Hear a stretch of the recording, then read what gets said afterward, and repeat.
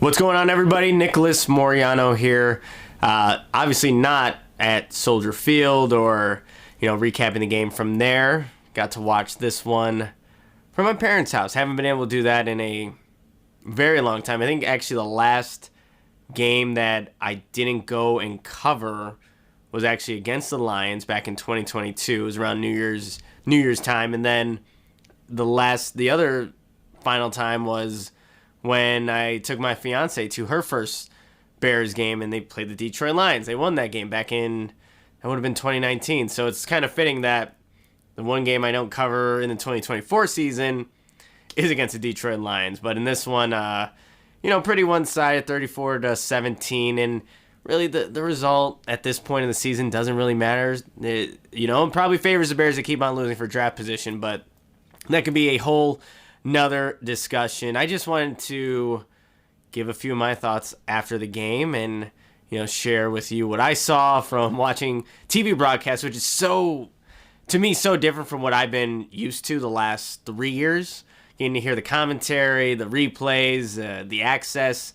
It is just way different from watching, obviously, at the stadiums that I've been to the last 3 years. But it was kind of a nice change of pace. I was able to kind of go over things and make sure, this is who committed the penalty, or, this is exactly what happened. When you're in the press box, sometimes things move so quickly that you see it, and then by the time you're looking up, like Soldier Field, the TVs that you get to watch the actual broadcast on are at like literally this angle. So if you're watching, by the time you look up, the next play may be going. So again, it was cool to just watch it from home at my parents. My fiance was here, brother, parents, so a little bit change of pace. But 34-17, what really matters from this game, I think you look at the performance from Caleb Williams, and I think initially it didn't even start off, on the right track, where I believe it was a throw to Keenan Allen that was off towards the left sideline, a quick out route, and you're like, is this going to be another game where Caleb shows these inaccurate throws? And look, this is me just kind of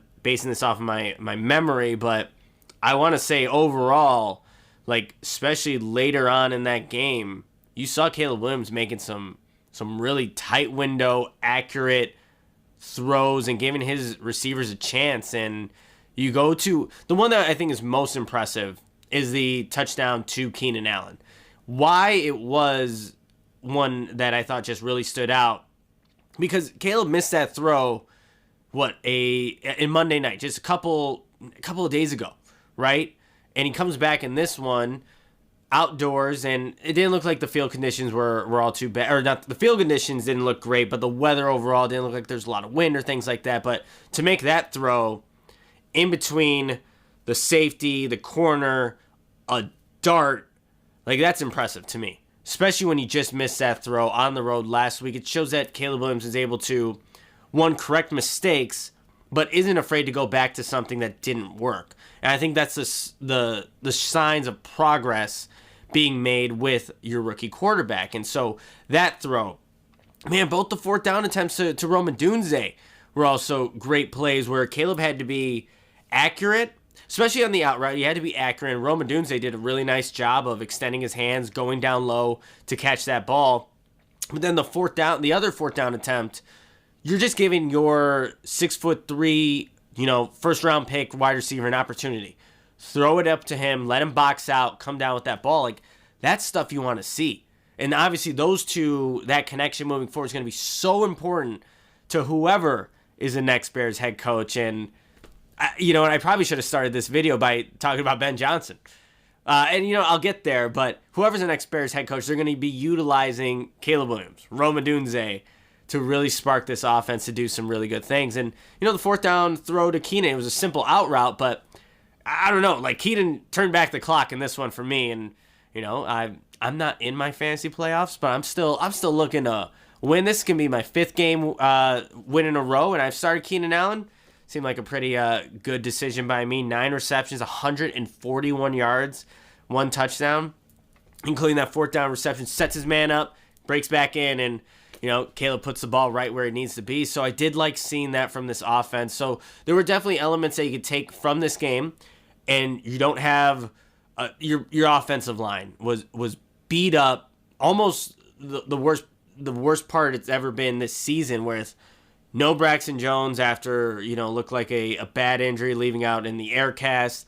Tevin Jenkins leaves the game, and you have to get, it was Larry Borum, Jake Curran, Coleman Shelton, Matt Pryor, Darnell Wright, makeshift offensive line for, this second to last game at Soldier Field. And Caleb Williams is out there still throwing darts and trying to avoid pass rushers. He loves the spin move. The spin and then the double spin, and it may not go anywhere, and it may avoid an ankle tackle, but he loves to do it. And there was a couple times where he was able to get out in space, and I believe, and if I'm looking down, it's because I'm looking at my laptop that's down here. He led the team in rushing, and with 6 carries, 34 yards. That's not what you want to see.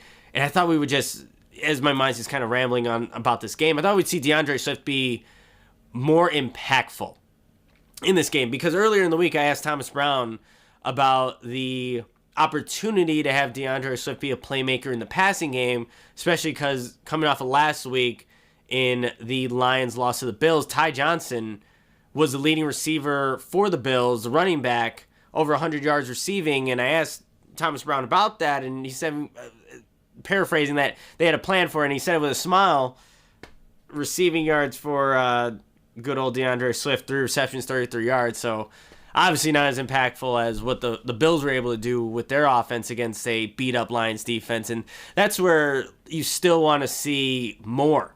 And in the last 2 games of the season, I doubt we're going to see really much of that. But the ability to use the running backs and use them more effectively, is that on the running backs? Probably. Is that on the coaching? Also, they play a part in that as well. But the Bears couldn't establish anything on the ground, and that's why you see Caleb Williams have to throw the ball 40 times, complete 26 of them for 334 yards and 2 touchdowns, took 2 sacks, loss of 11 yards, no interceptions again. So that streak for Caleb Williams continues. And look, that was something that Herb Howard and I talked about on Friday going into this game. If that streak breaks, it's okay. It's fine. If it breaks, it breaks. But it's not breaking because Caleb's not being aggressive with the ball. So that is where I feel like that's a win for the Bears. It's not like he's not throwing the ball into places because he's afraid of throwing interceptions. No, you see it with the tight window throws, the aggressive throws, and there were a couple passes in the Monday night loss that should have been picked off. So I think that we're just seeing Caleb being, really good with the football. Those fumbles that were a thing in college really haven't come up in this game. I guess he gets credited for the fumble that Rome Odunze had, and that's something, when you're watching Rome, the handoff, it looked, when I'm back at Hallis Hall this next upcoming week, something I definitely want to ask, Rome and Caleb, it looked a little weird, but to me, the handoff in the backfield, that just was straight up on Rome.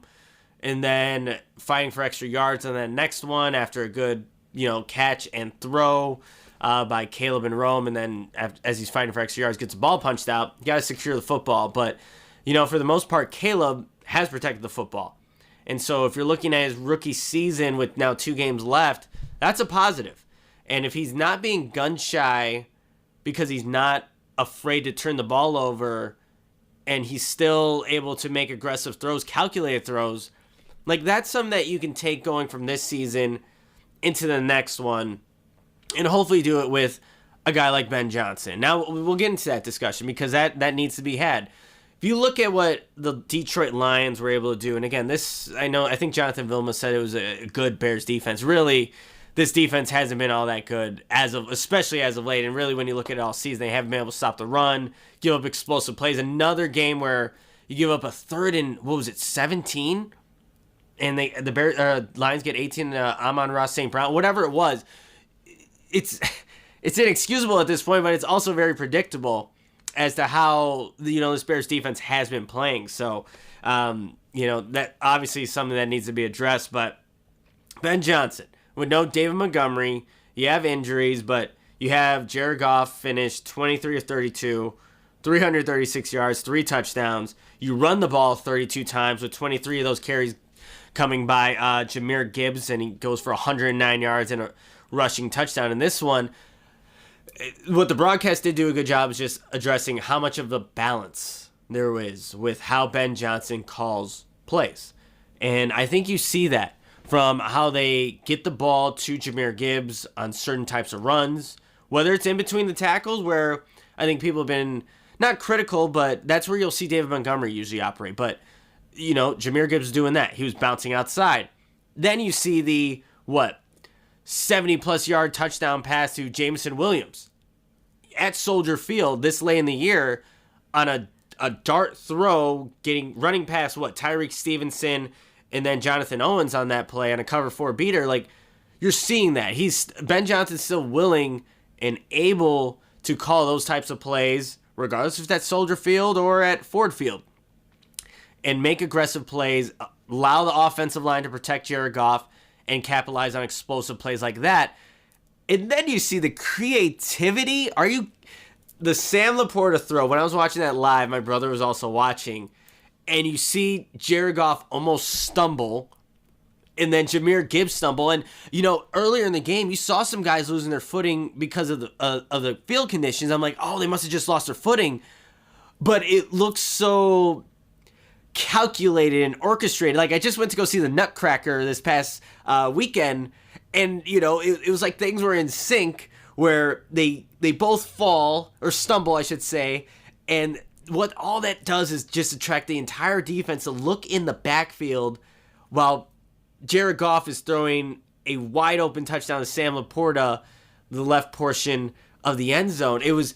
It's creative, but it also does show the confidence that Ben Johnson has in his offensive line to maybe block a little bit longer than they normally would, because guys are faking like they're stumbling, and then for Jared Goff to recollect himself, look downfield, look left, and just throw a touchdown pass. Like, those are the things that, and I tweeted this out, like, doesn't that get you excited, Bears fans? That if Ben Johnson were to come and be the Bears head coach, the Bears play caller, what he could potentially do with Chicago. And, I got a little bit of pushback because a lot of people were saying, well, they don't have the offensive line to do that. Oh, the Bears will mess this up. Hey, those are very valid criticisms because the Bears have not addressed the offensive line. Ryan Poles has not done this. And it's Chicago, so you automatically become skeptical of what they're actually going to do. But you got to think this time around, if Ben Johnson's coming over here, working and being with the Detroit Lions organization, how important is it to fortify the trenches with guys, not just guys, dudes that can play. High round draft picks, big free agent acquisitions, people that can make differences for the offensive and defensive line, not just signing a 1-year, $8 million deal to a center, or, signing a guy like Nate Davis who had character issue or practicing issues before even coming to Chicago. So I think Ryan Poles you have to look at what Ben Johnson and Detroit Lions did, how they have just restructured everything in terms of the trajectory of what that organization looks to accomplish, how they're playing on the football field, and just what the offense has been doing. I think it all starts back into what they've done in the trenches. And, I tweeted out earlier as, I was on the treadmill, kind of just doing my daily workout, and Tom Pelissero had an update on the Bears coaching search, and there's a little bit of Kevin Warren in there, and basically the quote is, and you can go check out my Twitter at Nicholas Moreano. My understanding is Ben Johnson is intrigued by the Bears' job, and he's going to be willing to listen. There's a lot to like in Chicago with Caleb Williams, tons of cap space, extra draft resources, also a major market. They're expected to break ground on a new stadium next year. Team president Kevin Warren has a lot of connections around the league from his several decades from in pro and college football. That's allowed them to get a jump start on the search process, gathering background as part of what is expected to be a thorough search led by Warren and GM Ryan Poles. Interviews with current NFL assistants like Ben Johnson cannot begin until after the regular season. I thought it was interesting how in what Tom Pelissero said from NFL Network, led by Kevin Warren and general manager Ryan Poles. Who's the point man? Is it Ryan Poles? Is it Kevin Warren? But there is intrigued is the word that Tom Pelissero used when describing Ben Johnson's intrigue with the Bears organization. And if that's the case, if you're willing to actually pay a head coach top dollar, I'm all in for Ben Johnson. I'm at this point, like, this is the guy that I think is going to get the most out of Caleb Williams. And we don't know what he's like as in the whole entire organization. We have no idea. He's never done it.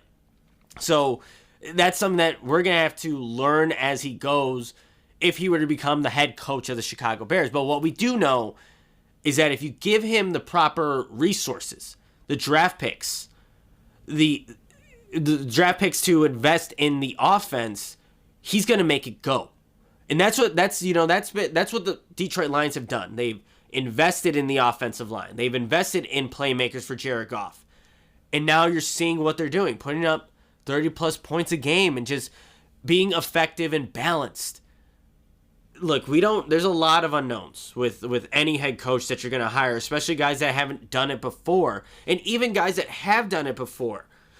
Like, if you're going to take a risk and you're going to do it with, a guy that has never been a head coach, if Ben Johnson fails, then it could have been anybody else. But I'm just saying, like, what he's doing with Jared Goff and that offense and how they have done things, not abandoning the pass at games, not abandoning the run at games, being very balanced. And, depending on the matchup, they could go either way with attacking a defense. Like, that should be intriguing to Bears fans. You shouldn't be so one-sided because you have a Caleb Williams. And at this point, you want to be able to have some type of run game. The Bears don't have that.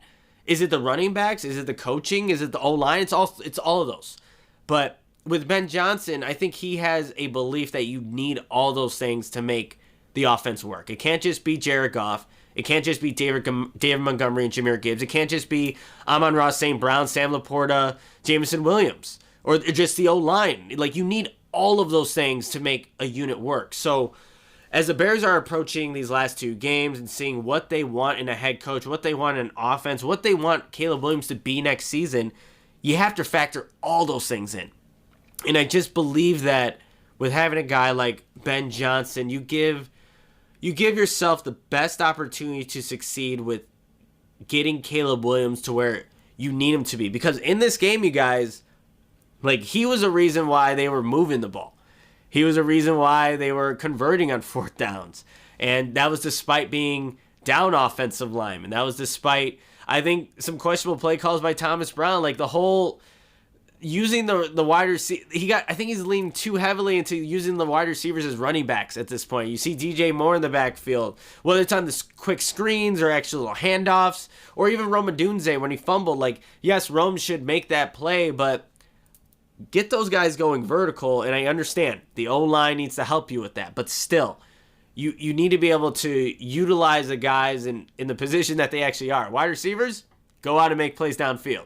You did have Roschon Johnson in this game. You did have DeAndre Swift. I don't think, if I'm not mistaken, okay, Roschon had one carry, so they're obviously still working him back into the game. But I just think that there's a lot to love about what Ben Johnson could bring to the Bears, and still a lot of unknowns. We don't, like I said, we don't know how he's going to run an organization. If he, it's all going to be new to him, but if he can bring in a staff that he trusts, and I do trust what he can do with an offense and the vision that he has for addressing the needs that obviously need to be here in Chicago, then, it could get you really excited for what 2025 could be, knowing that the Bears have, 8 draft picks, ton of cap space. You still have Rome Odunze. You still have DJ Moore. You have Darnell Wright. The other parts of the offensive line I really don't know about. So that's where, again, I look at Ryan Poles. I don't know if Ian Cunningham's going to be here next season, but Ben Johnson, you just look, they need to address the trenches. You do that, I think this team can look a lot different in 2025. I don't even know if I really want to touch too much on the defense. There really wasn't anything that really stood out. I saw some missed tackles, from Jalen Johnson. Kyler Gordon got, juked out by a Jahmyr Gibbs spin move at one point. Again, Jahmyr Gibbs was able to bounce outside a couple of times. He gave up the explosive play to Jameson Williams. He gave up another 3rd and long. And this game got out of hand early and didn't help with the 2 fumbles. But yeah, the defense is, Jonathan Vilma said a good defense. That's not what we've been seeing. Everybody who's watched the Bears as of late, they can't get to the quarterback.